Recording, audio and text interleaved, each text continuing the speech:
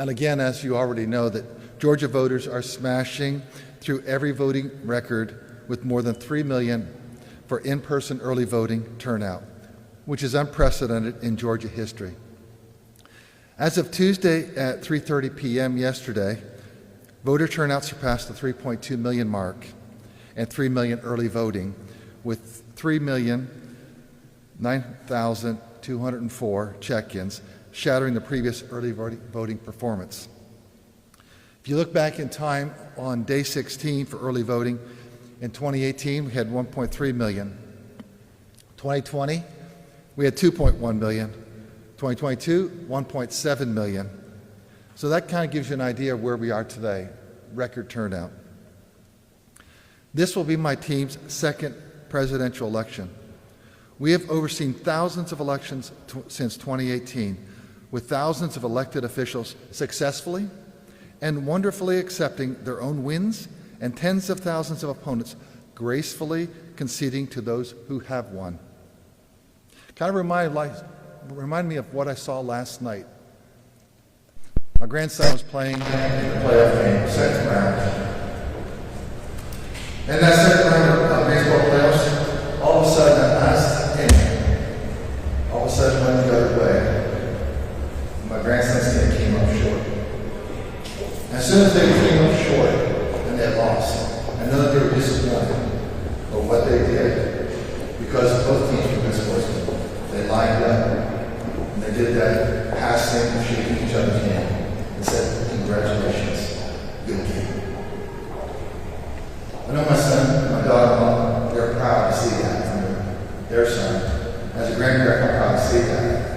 But just as an American, I think that's wonderful, because I think that's what America is gracefully accepting your win, but also gracefully accepting your losses.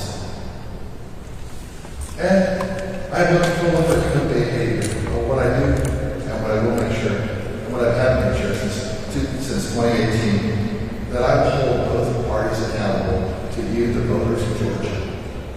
And I stand ready to defend the results of the election with election officials all across the states. We will do our job. Georgia voters also know that we made it easy to cast a ballot, because I've been traveling the state and I've been watching early voting. In fact, I early voted on day 2. We know it's easy to cast a ballot. We know it's hard to cheat. It's really as simple as that. Over the last few years, we have worked tirelessly to prepare for this election by adding early voting days and investing in infrastructure, creating more security and more voter convenience. But then we think, only to be rewarded with the lies about Jim Crow 2.0, and we lost an all-star game. Frustratingly, recently a candidate repeated that lie that will lock up people and give water to voters waiting in line to vote. That's a lie, because we don't have any lines in Georgia. It's just cheap politics. Now, there are some reports of voters waiting in line for more than 30 minutes at a few popular voting locations. But during early voting, we can vote in any of the county precincts that are open on early voting. On day 2, Trish and I, we went to a North Fulton library. We looked at the line. It looked like a 30-minute line. But actually, I think it's probably a 20-minute line because we've done such a great job of trying to pull that moving people through the lines. So what we did is we went to another library, voted in 7 minutes. And that's what you can do, get it out the door, and it's quick. So what we're seeing right now is statewide, you have to wait for as much as 3 minutes to check in the vote. For me, it was under a minute. No special treatment. That's what they're running through at that precinct. But also that's what they're running through at Halton, whereas they tested the Wheaton, and the day before in Jones County. People are moving through those lines very quickly. And I'm just so proud of what our county's done, and so proud of my election team and what they've done. And nobody's getting put in jail, nobody's getting arrested because there are no more lines. I made sure that one of the things that we put into state law was that lines on election day have to be shorter than 1 hour. And we've also then, just didn't put it in the state law, we actually worked with the counties, giving them some metrics. This is how many voters you have, this is how many voting machines you have, and then you're going to get, green light, yellow light, and We worked with the counties, and the counties have done a great job. In 2022, the average wait time was 2 minutes.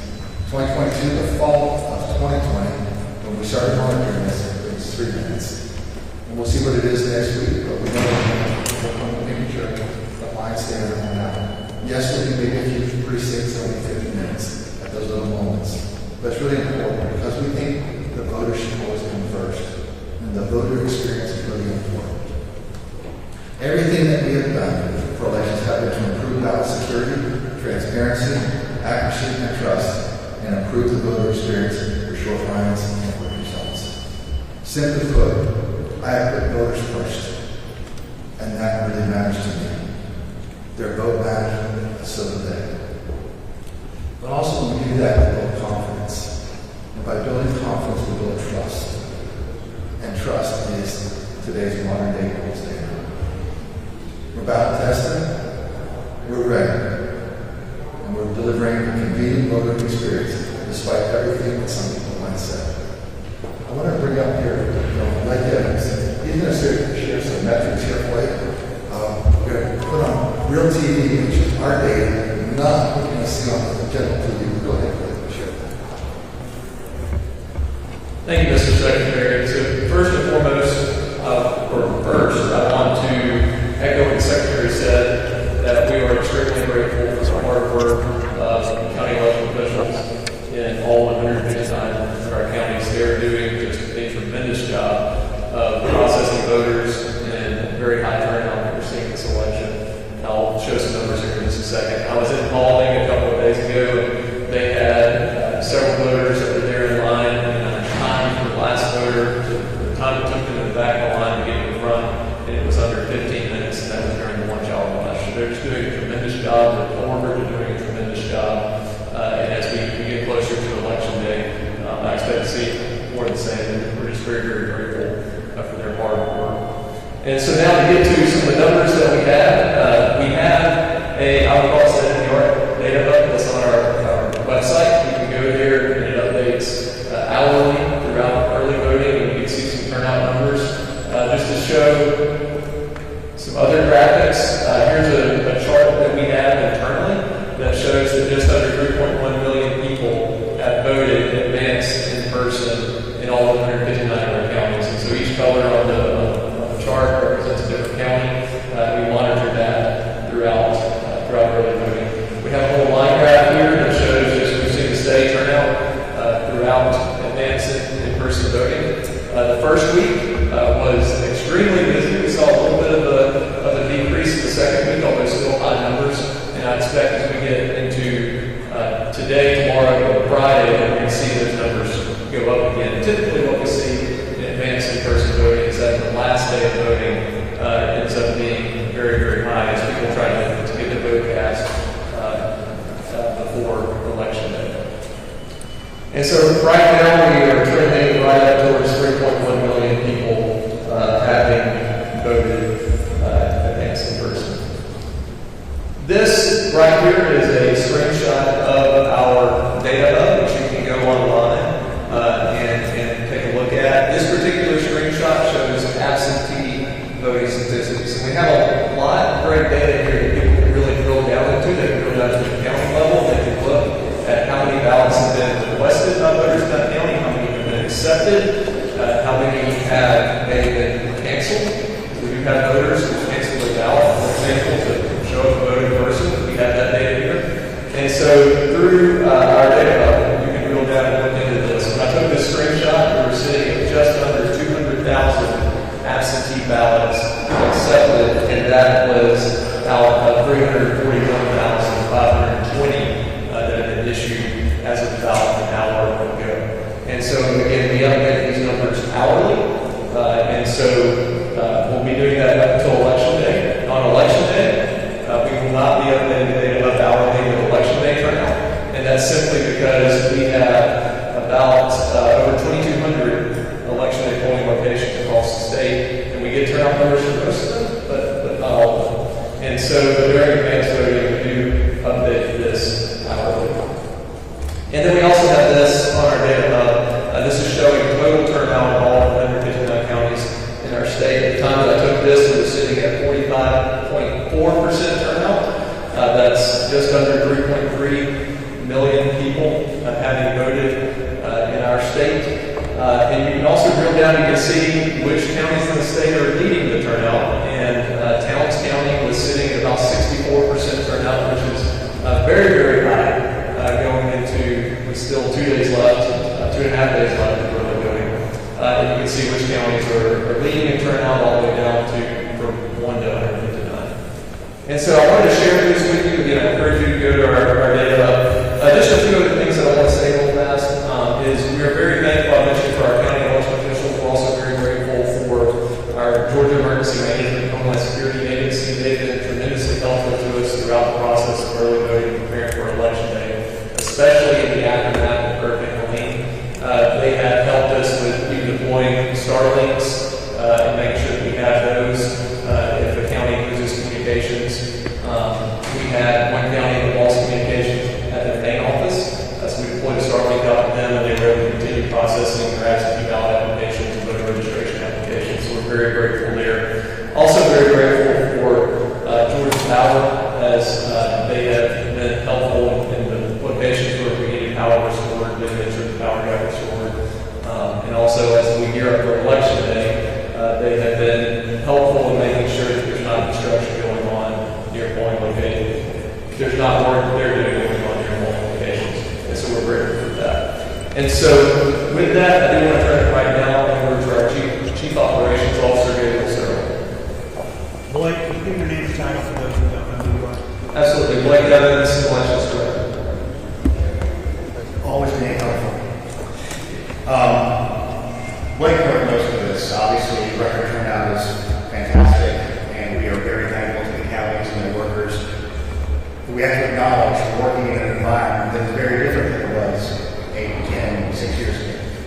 It's an environment that's highly stressful, but they know what they're doing, and they know their jobs. And these are all American heroes. And the Secretary, Blake, and I get to get it, people all TV cameras and everything, but we always have to keep in mind it's the county, local elections officials who are running this election.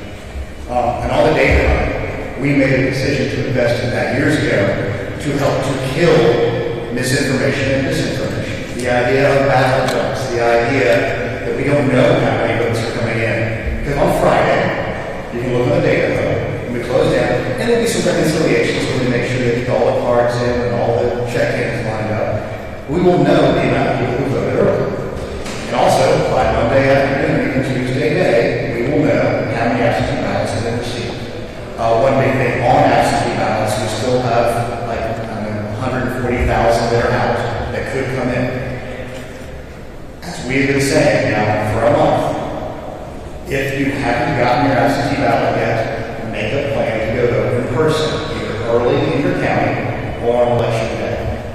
If you have got an absentee ballot, us and the United States Postal Service now say, do not put it in the mail. Take it to your local county elections office with a drop box at the early vote location in your county. That way you're protecting your vote. If you have mailed it, sign up for ballot scout on your My Voter page, mvp.sos.ga.gov, and see, make sure it's been accepted. If it hasn't been accepted by Thursday night, make a plan to go vote at your local early vote location or go to your regular election day location. All that information is on the MVP page, so it's very convenient for you to go to. As Secretary Blake said, we are here for the voters of Georgia. And they are showing up and showing out, I guess is what they like to say. We are 2/3 of the entire turnout we saw at the 2020 election already. There's a possibility it could be a ghost town on election day. We could see we had less than 1 million show up in 2020 during COVID with all the uses of these free election day voting. And we, like Secretary said, we can't know voter behavior today. We may break 4 million, we may not. This will be know. When you go to vote, it'll be an easy process. And there are those who are already going out of their way to try to undermine people's thoughts on how these processes work. Another thing on data, there are people in the Twitterverse basically saying the active voter numbers are going up after the registration date is closed. In the very first press conference we had for this general election, we said the active voter number will continue to rise. That is for two reasons. One, registrations that were received before the cutoff date that haven't been processed yet. And two, every time an inactive voter votes, they become active. So we're being transparent. And I love some of the things on Twitter, like pictures like, what's going on? It's like, if we were going to do something secretive, why would we tell you? We're giving you all the information in the world. And we're explaining it to you. And for those who choose not to understand, and it is a choice. People are making a choice not to believe. Those of us who are in government offices, and I get it sometimes, you should be skeptical. You can ask questions, and those can be legitimate. But some of these things are so cuckoo, crazy town that it's ridiculous to even try to respond to sometimes. So with that, I'll take any questions y'all have on the turnout and everything else. We'll start. Mark, why not? Hi, guys. Can you walk us through what to expect on Election Day? I know it's unpredictable, but do you think that will get higher turnout in 2020 overall? And also as far as processing ballots, I know we have pre-processing allowances in state law. Do you expect all counties to pre-process early votes and absentee votes so that they can be timely reported on election night? Well, first of all, the law now states that all the early votes, they're not going to process votes, they're processed on site. They're voted and tabulated, they're put onto those cards and they're tabulated back at the EMS headquarters. Those will all be uploaded to the election reporting system and made public 1 hour after the polls close. I know when some people are saying 8 o'clock. The law specifically says an hour after the polls close. Because let's say that, Gus, the night watchman overslept and forgot to bring the key in and they were at 7:20 and the court orders them to stay open until the following 7:20 that night. For that county, it will be 8:20 for the other. So there is that possibility. So the vast majority will be at my 8. Also, any processed absentees will also be loaded in that one. Depending on the county, depending on the volume, there'll be many people who could be coming in on that Tuesday, if it came in the mail, and that's not going to be processed until that night, probably the next night, potentially, depending on what happens that day.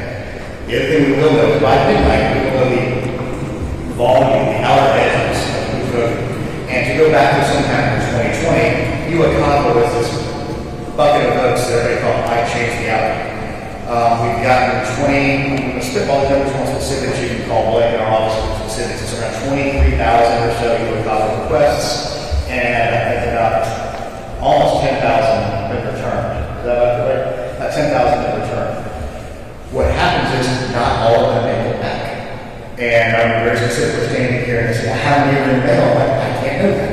I can tell you this, at the time it was more than 0, but less than 8,000. We'll have a similar situation this time, depending on how many come in over the next few days. Because those, by law, if they're postmarked by Tuesday, have to be accepted by Friday. And I'm going to go over this again. The other 2 buckets of votes, they can be there from Tuesday to Friday are provisional votes, they can be verified, and then also the absentee ballots that can be cured. And a cure is you forgot to sign it. You forgot to put your driver's license number on it. You transposed your driver's license number. The county has to notify you and let you know, hey, you need to come in here and fix this so that you can protect your franchise. So again, it's another reason to go through and check on my voter page to make sure that your mail ballot, don't think it's done. It's the responsibility of the voter right there to go make sure that that has been accepted by the county so it can be counted in the final tabulation. Who else? Yes, sir.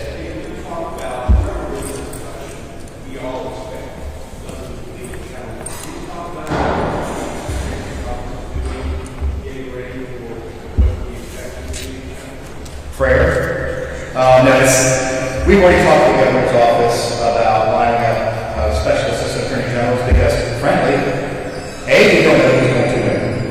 And who wins will decide who sues us, essentially, at the end of the day. So if Vice President Harris wins, we expect Trump officials to sue us. If President Trump wins, we expect Harris officials to sue us. And again, if being sued by both sides, generally speaking, we feel like we're doing a pretty good job. But that we're lining up, we're already kind of knowing what the basis is. And we're seeing some of the things that are kind of claiming from previous lawsuits in Friday Lake Foundation. I don't get too deep into our general counsel standing over the kitchen right now, I can tell. So, Archie. Compared to 2020, what's being done differently to upgrade security? I know you talked about it just in terms of at the polls and precincts. And how can you comment if the FBI or the GDI can tap into to help out? I know they can't comment, but are you all allowed to comment on that? They don't like when we comment on that, Archie. That's why I'm asking you. But I will say this. Obviously, the threat environment is different now, but I think our counties are more prepared, our local law enforcement is more prepared, state law enforcement is more prepared, our office is more prepared. We've deployed tools into the counties that have opted in with the poll first response text tool that will allow a poll manager to text a number that will notify the county elections director, our state office for ordering, and local law enforcement if they've opted in as to what a situation on the ground might be. That is an investment we've done.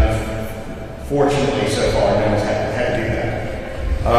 We do get reports of people playing potential physical issues on machines themselves, and we are in regular communication with the GBI and the FBI about potential threats. And I don't get too deep into it at that point, because when you say, hey, we're ready for anything, people say, hold on here. It's just going to see what happens next. So we are more prepared. The environment we obviously know is different. And people's guards up. And the problem is sometimes your guards really up. Everything looks like a threat, even normal things. Like somebody find a dead squirrel on your porch. Did somebody put that there? Is it an innovation factor? Or did they cat kill the squirrel? We don't know. But everybody's and another thing that our office did, we had 7 different convenings with local law enforcement and local elections officials, so they could kind of game plan and go through what they would do in situations. And not the first time they meet in a high-stress, difficult situation. I cannot tell you how many tabletops we have done with our federal partners and state partners to game plan pre-election issues, election day issues, and even post-election issues. You can't prepare for everything. It's impossible. And there will always be new ways to undermine people's faith in the outcomes of the elections. But we know we've done all we can with the resources the legislature has given us. SB 202, SB 189 have been helpful in many ways to help run better, stronger, safer elections in the state. Who else?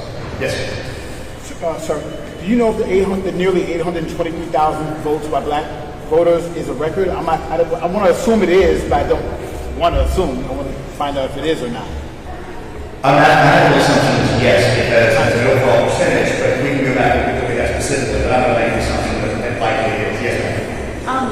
Bouncing off of the question about security, for different counties, are they going to have law enforcement at polling locations, or is that up to each specific county? That's a local county decision.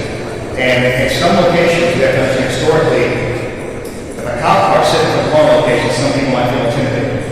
So we're not going to direct anybody to do those kind of things, even though in the Constitution, the Sheriff's Office is supposed to be supplying security for all elections locations. But we leave that up to the local elections officials to decide the best way to do that, to deploy maybe a plainclothes person, which we know they're doing in some places to avoid those kind of issues. Yes? Has the Secretary of State's office opened to any investigations during the early voting process? I'm sure we have, but I'm about to look into it. We always have claims and stuff. And some we triage out as being not supported by any actual evidence, but I think we have opened up. We got an idea. Yeah, but not a ton, but we do the basic numbers. Nobody knows one. Nobody can handle that. All right. Yes. When it comes to physical threats, we've seen those across the country, and even here with cyber threats with loose elections so close. What are we doing cybersecurity-wise to ensure that anyone that doesn't meddle with the elections process is shut out? Well, I mean, you obviously are going right into this nice high hard-working plate. I mean, these are not that hard. We had a DDoS attack only last about a couple weeks ago, September 14th. And our IT team, which we've really kind of improved and upgraded over the last couple of years, and our partners with Cloudflare, at 5:16 on that day, we saw a slowdown on the absentee ballot portal. And by 5:20, our partner had labeled it a DDoS attack and recognized IP addresses used by other attacks, and we were mitigated. And so within 20 minutes, the attack essentially ended. We monitored it for the rest of the evening until 10 p.m. that night, and we declared it over, and back to regular configuration. We didn't really want to talk about that too much with our friends at CNN guys, so we had to get down there. We wouldn't talk about it after the election, because again, it goes back to my whole my beer scenario, where we say, hey, everything's great, everything's safe, and somebody's going to try to hit you. So we weren't trying to brag about it. We feel really proud of the way our team responded to that. And we, again, don't know. The good thing I want to say about this is you right. Voting machines, remember this, voting machines are never connected to the internet. Let me be clear about that. Voting machines, the scanners, the election management systems, the ballot marking devices are never on the understand that. That is a long time lie or disinformation. And I feel like I have to whack-a-mole up here on that every couple of years, just to remind everybody. But they're never connected to the internet. All right, what else? Okay, nothing maybe. We've answered every one of your questions.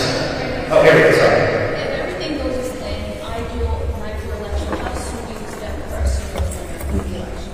Well, everything going to plan would be everybody's cast a vote, all the tallies come in. The one thing we can't control is the margins. We can't control it. So if the margin is 50,000, this is that everybody will easily be able to make the call because the official results don't come out until we certify the election. But the networks will make the call. If it's, I saw this one terrifying tweet from a political group that had all the states with like the margins that they were going to have based on who turned out the polls saying that Georgia at plus or minus 1,000. I didn't sleep that night very well because it could be that. This is a tight election, and I want to make sure that all the Harris supporters and all the Trump supporters who can't possibly imagine the person that they hate winning, it might happen.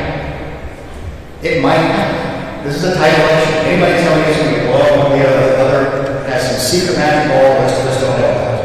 It's going to be a close election here. It's going to be a close election in Pennsylvania. It's going to be a close election in Michigan, and in Wisconsin, and in Nevada, and Arizona, and North Carolina. Guess what? That's what they all. Where are all the presidential candidates since last week? Here, North Carolina, Michigan, Pennsylvania, Wisconsin, Arizona, and Nevada. Because we don't have the other state. The best thing for us to say as election administrators is we want a high turnout and we want a wide margin. I think we're getting the high turnout taken care of. We could potentially have a record turnout back in the state. 2020 was the highest since Jack Kennedy was elected in 1960. And as we know, the voting base was a lot smaller because that was pre-voting rights act. So the voting population was gigantic compared to that. We're going to have a record turnout more than likely. But we can't know what the margins will be. And that's going to be determinative when we know. People like, in 2020, guess what? We had a great election day. Everything went fantastic. There were no lines. We loved it. It was great. Same thing that happens now. We had a great election day. It's all determinative on the actual outcomes. Anybody else? All right. Thank you all. And see you probably, if not before Tuesday, see you Tuesday.